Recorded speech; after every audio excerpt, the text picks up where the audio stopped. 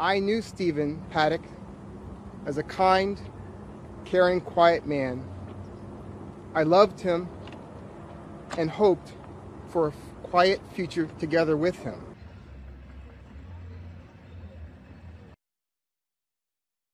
You can count on. This is Channel 3 Eyewitness News at 11.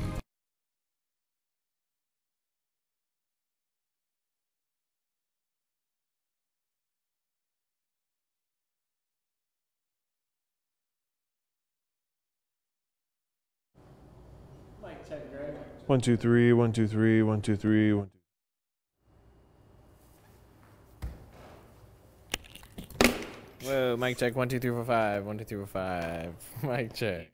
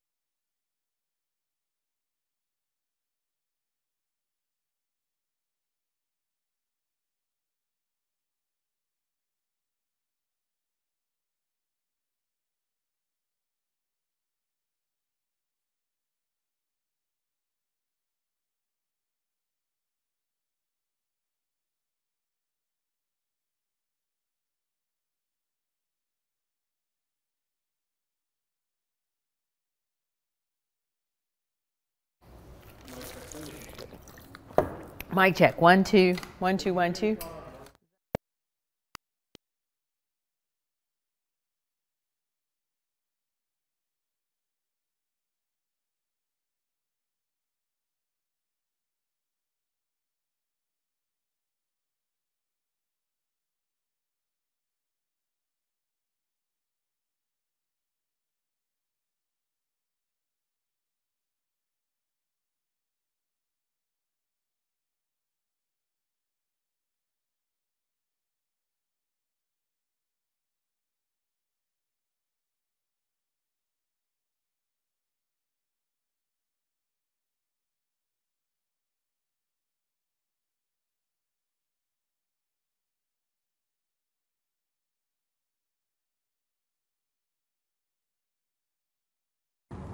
I knew Stephen Paddock as a kind, caring, quiet man. I loved him and hoped for a quiet future together with him. For the first time, we are hearing from the girlfriend of the Las Vegas shooter. That was her attorney, who said she knew nothing about the shooting, and he revealed new details about the weeks leading up to the deadly massacre. Eyewitness News at 11 starts now.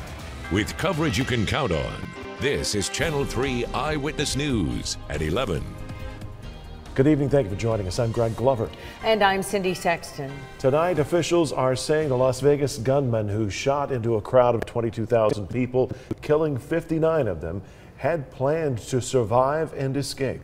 62-year-old Mary Lou Danley, the girlfriend of Stephen Paddock, spoke with investigators for the first time today. She told them Paddock bought her a plane ticket to visit her family in the Philippines 2 weeks before the attack. Danley told police Paddock was a kind and quiet guy, and she had no warning about the attack. While Danley was away, Paddock wired $100,000 to an account in the Philippines, which law enforcement officials asked her about.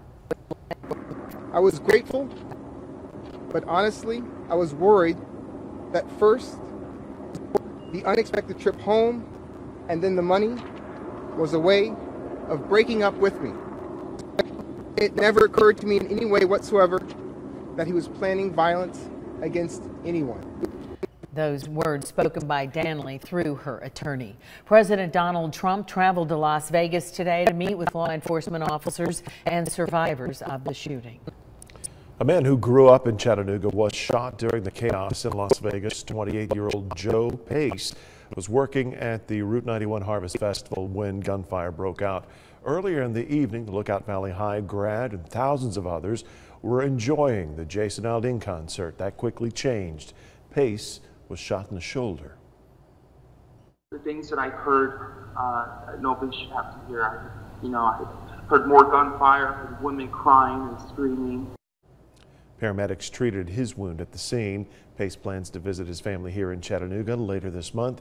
He's tending to his wound from home in Los Angeles, but he is expected to make a full recovery. The Las Vegas shooting is changing the way agencies train their employees. Several 911 dispatchers from across Tennessee took part in an active shooter training class in Knoxville this week. The class teaches 911 dispatchers what they can expect in the heat of the moment, from prioritizing calls to making sure they move from call to call very quickly. Their goal in those first moments is to find key information and to help police find and stop the shooter. Dispatchers and TVA employees say they learned valuable information. I went through it over and over and over again, thinking of what it could be like if it did happen, especially here at our Chattanooga building. And it's unreal to think about it. And I think about the different training that we need. And I can't wait to get to the drawing board. Emergency officials encourage every family to also have a plan of action. You can learn more about the class on our website. We're following the developments on the Las Vegas shooting throughout our newscasts and online at WRCBTV.com. In other news, a deadly fire in Catoosa County has been ruled accidental. That blaze broke out around 2 in the morning, October 1st in Rossville. 70-year-old James Burnett was taken to the hospital. He died of his injuries. Investigators say Burnett was smoking a cigarette in bed while using medical oxygen equipment. They believe that sparked the fire. A Ray County couple has been arrested and charged in connection with a child rape case. The Ray County Sheriff's Office tells us Dustin Alt is charged with 3 counts of child rape. His wife, Michaela Alt, is charged with child endangerment. The child was able to get help by telling school officials who reported the information to the Sheriff's Department. The incident was not random. Chattanooga police are continuing to look for an endangered runaway teen. 13-year-old Kiame Irwin was last seen around 3 this morning. Police say she's been talking to an adult male, Joshua Abel, who might be traveling from Virginia to Chattanooga. The teen took a violin case, large duffel bag on wheels, and a teal-colored backpack. If you know anything, call police. Tonight, the driver behind the wheel during the deadly Woodmore bus crash is out of jail. Jonathan A. Walker is free on a $50,000 bond. Judge ordered that he wear a GPS monitoring system. His whereabouts will not be released due to safety concerns. Judge Don Poole has allowed Walker to leave jail, citing he had never been in trouble before the fatal school bus crash. He worked 2 jobs and had strong family ties. Walker's jury trial is scheduled for next year. Chattanooga police have arrested a man involved in a hit and run today. They say the man hit a truck on North Access Road and then fled the scene. Police were able to track the suspect down. He was taken into custody, charged with leaving the scene of the crash and for not having a valid driver's license. Officials in Northwest Georgia are seeing progress in their efforts to stop the spread of rabies. This year, 17 animals tested positive for rabies. That's down from 23 last year. Now, officials are using rabies bait drops to vaccinate wild animals. Channel 3's Tanisha Cordell joins us live in the studio to explain. Tanisha. Well, USDA Wildlife Service officials are covering Tennessee, Alabama, North Carolina, and Georgia this month. Starting tomorrow, they'll focus on 5 counties in Northwest Georgia.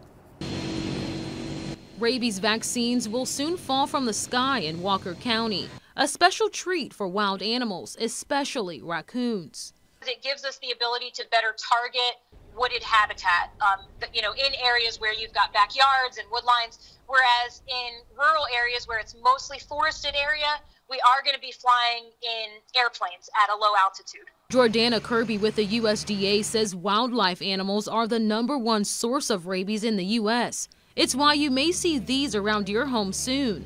They look like ketchup packets, but are covered with fish crumbs and the rabies vaccine. Workers will drop about 200,000 of them in northwest Georgia. If wild animals are in the area, usually between 3 and 7 days after bait distribution, they will pick up those baits, and a lot of times they'll carry them off into the woods. Kirby says the bait is not dangerous, but if you have to move it, use a napkin or wear gloves. And if your pet gets a hold of one, it's actually best for them to allow their dog to just eat the bait or chew on it, because one thing we have observed is when people try to get the baits out of their dog's mouth, it's at that point that they might have the possibility of getting bitten by their dog or actually get vaccine on their hands. just this year alone, 12 people were treated for potential rabies exposure in northwest Georgia, but the Georgia Department of Public Health tells us no one has tested positive. We also checked the Chattanooga-Hamilton County Health Department. A spokesperson there tells us there haven't been any human rabies cases. Live in the studio, Tanisha Cordell, Channel 3 Eyewitness News. Thanks, Tanisha. Time now to send it over to Nick Austin. He's in for Paul Barris. He's in the Storm Alert Center live for a first look at the forecast. Spoiler alert, could be some rain on the way in a few days, huh, Nick? That's right. Still a few days away. It could be a little bit of a wet weekend, especially by Sunday. But until then, we're going to be high and dry and staying warm too. The latest scan of the radar shows not a drop of rain across the viewing area. We're in good shape. Skies are clear. And it's cooled down nicely. We had highs in the low 80s earlier this afternoon, and we're all the way down to 64 degrees right now in the city. Clear skies, calm wind, and we'll continue to cool off into the 50s later tonight. We could see a few clouds or some patchy fog by the late night hours and maybe as you step out early tomorrow morning for work. But other than that, we're in pretty good shape as far as our weather tomorrow. Lots of sunshine, back to the 80s. Friday will be warm as well. I'll have more on the possible timing and rain amounts for this weekend coming up in your 7-day forecast. Thank you, Nick. After the break here at 11, a convicted murderer and Netflix series star was in court today asking for a new trial. And later, tips on how to keep your personal information secure in the event of a data breach. Stay with us.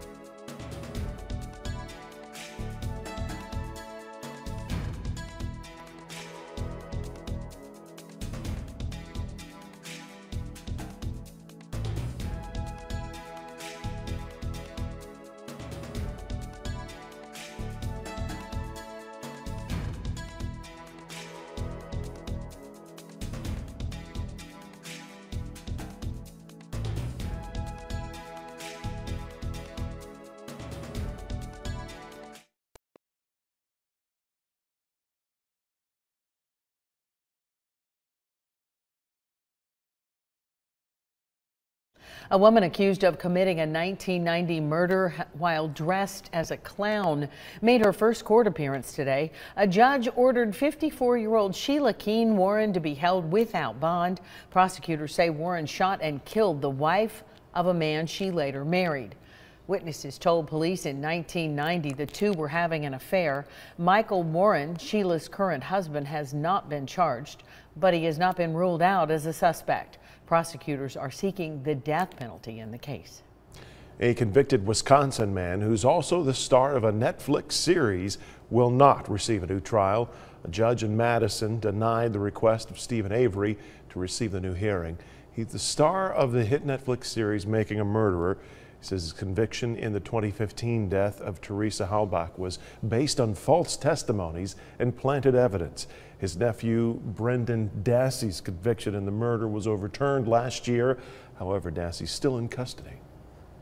Ahead on Eyewitness News at 11, personal information of billions of people is now compromised following the two largest data breaches in U.S. history. We'll explain the most important steps you need to take to keep personal information secure. Next in a 3 on Your Side report.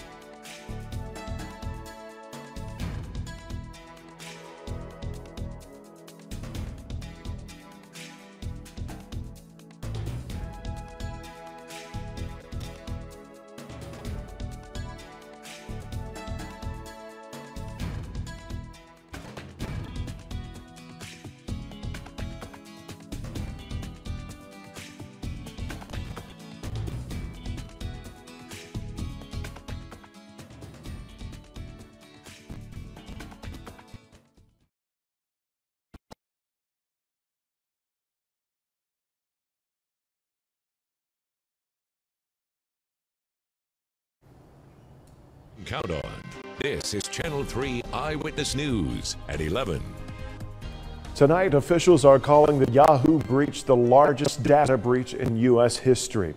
Yahoo now admits the data breach it suffered in 2013 affected all of its users, 3 billion accounts. This news came to light as Yahoo was being integrated into Verizon and AOL. The stolen data was confined to user IDs and email addresses, not passwords, payment cards, or bank account information. Thankfully, Channel 3's Casey Freeman joins us live in the studio with the 3 most important tips you can take to protect yourself from a data breach. Casey. Everyone who has a Yahoo account should now consider themselves hacked. That also includes those who use services offered by Yahoo, such as Tumblr and Fantasy Sports. In 2013, Yahoo revealed accounts had been breached, but as more is revealed, our tech expert Jamie Tucker is hesitant about trusting the company.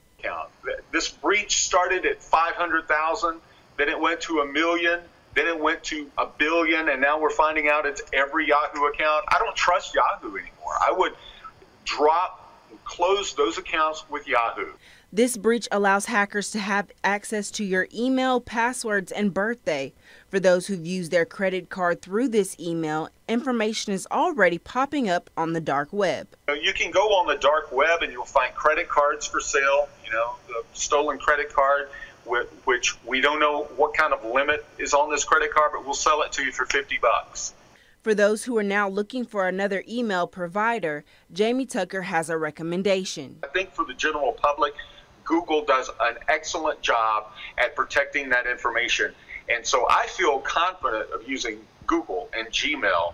Is it completely 100% safe? No. Tucker also says bank information should have specific passwords to those accounts.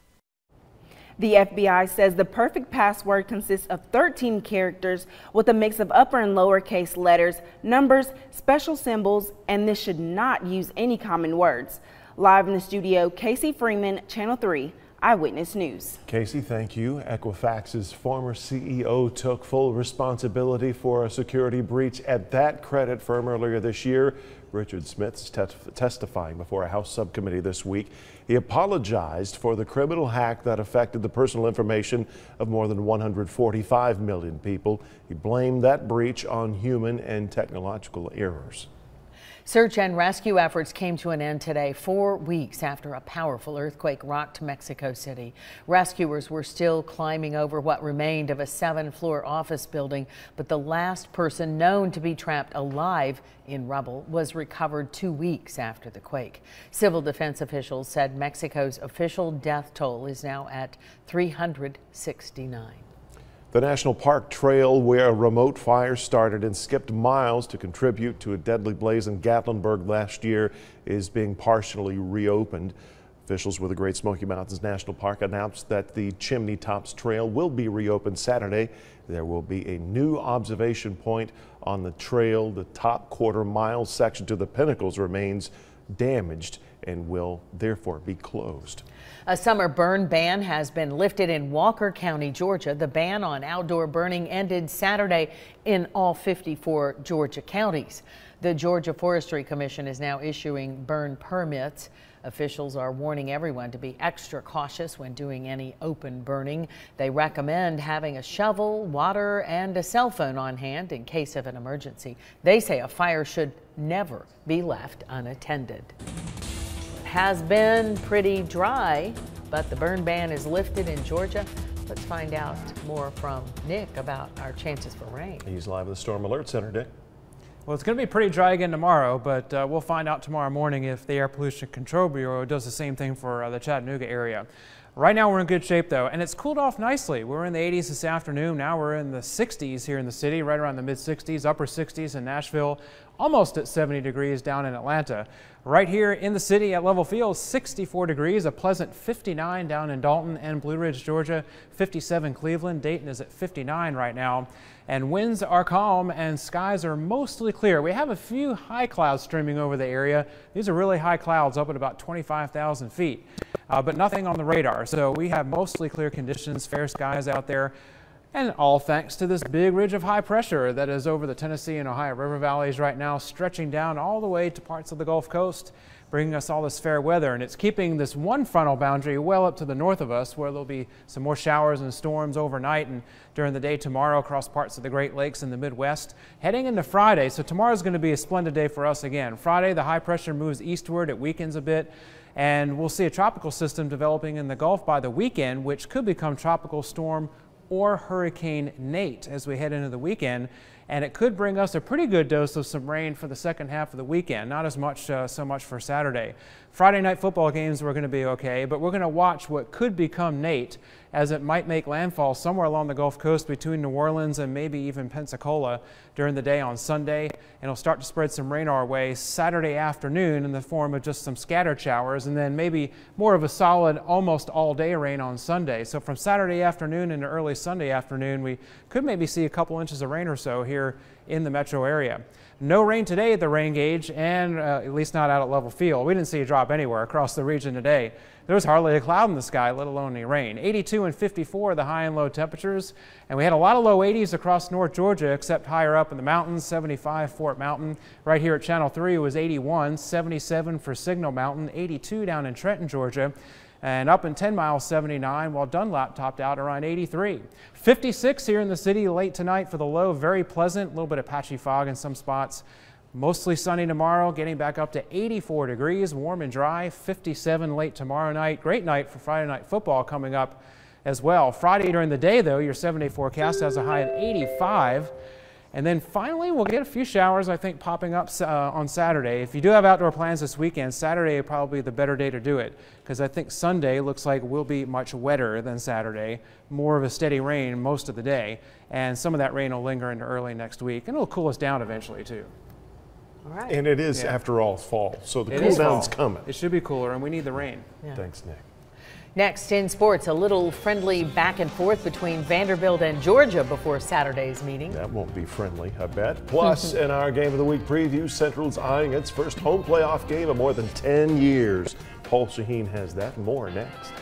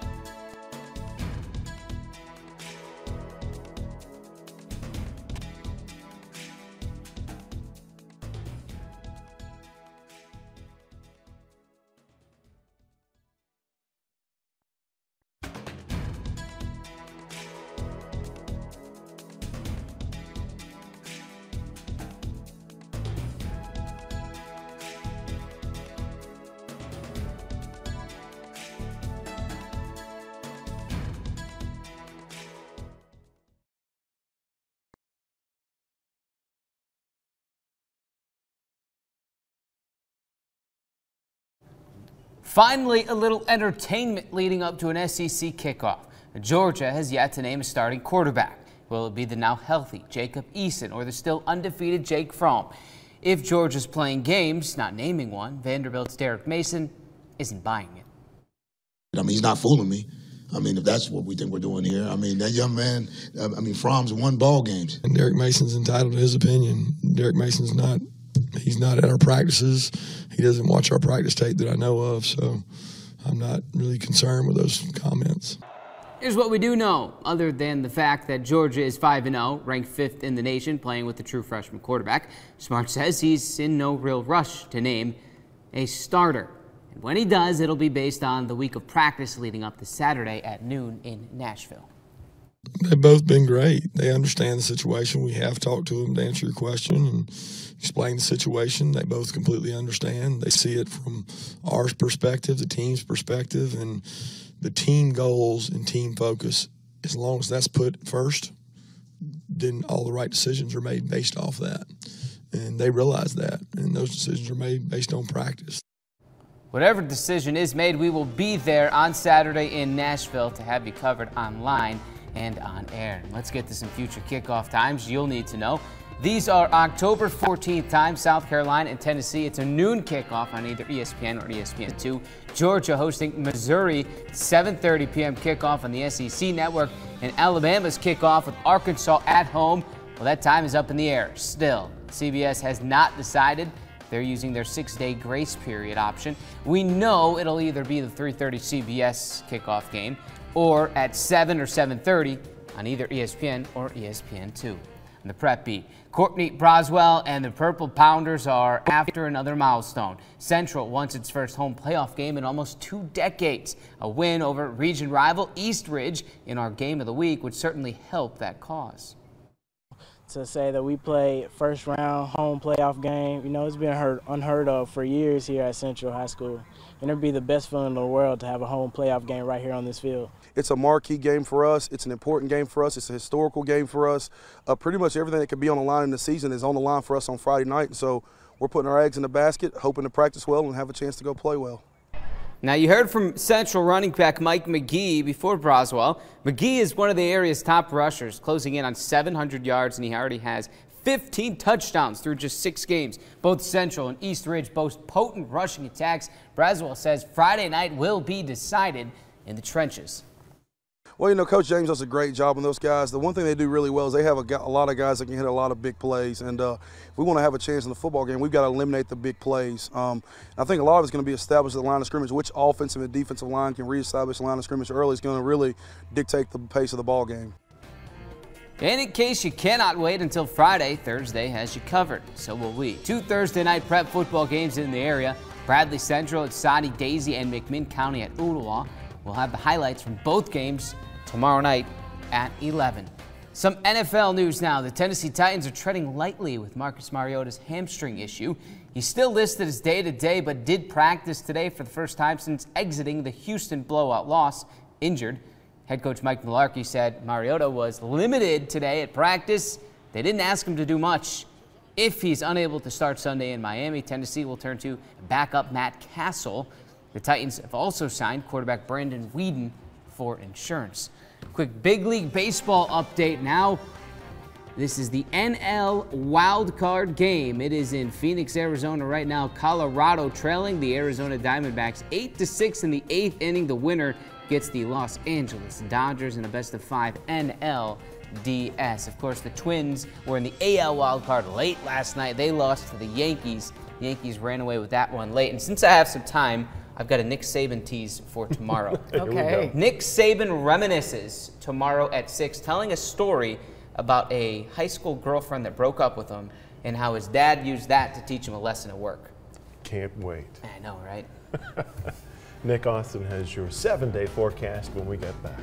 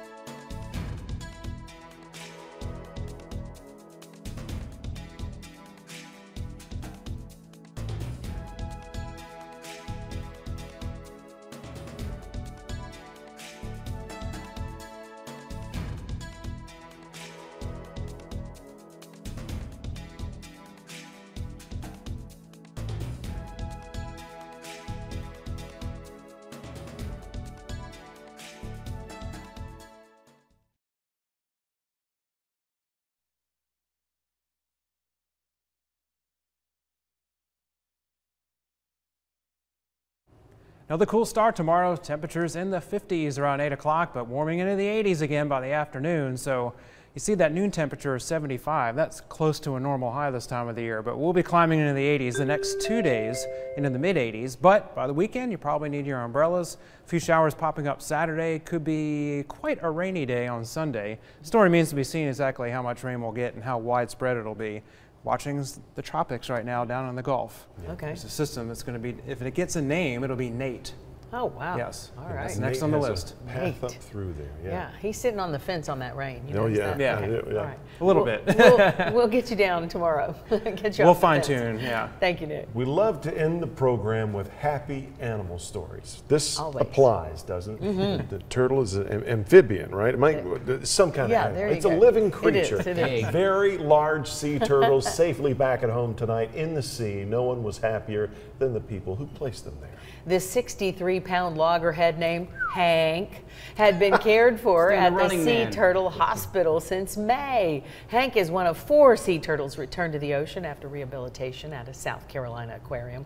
Now, one reluctant sea turtle started turning back towards town, but, well, they quickly put him on the right course. There they go.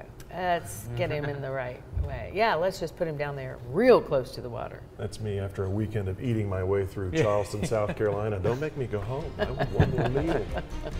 Thanks for joining us here at 11. You can get your news and all that stuff at WRCDTV.com 24 hours a day.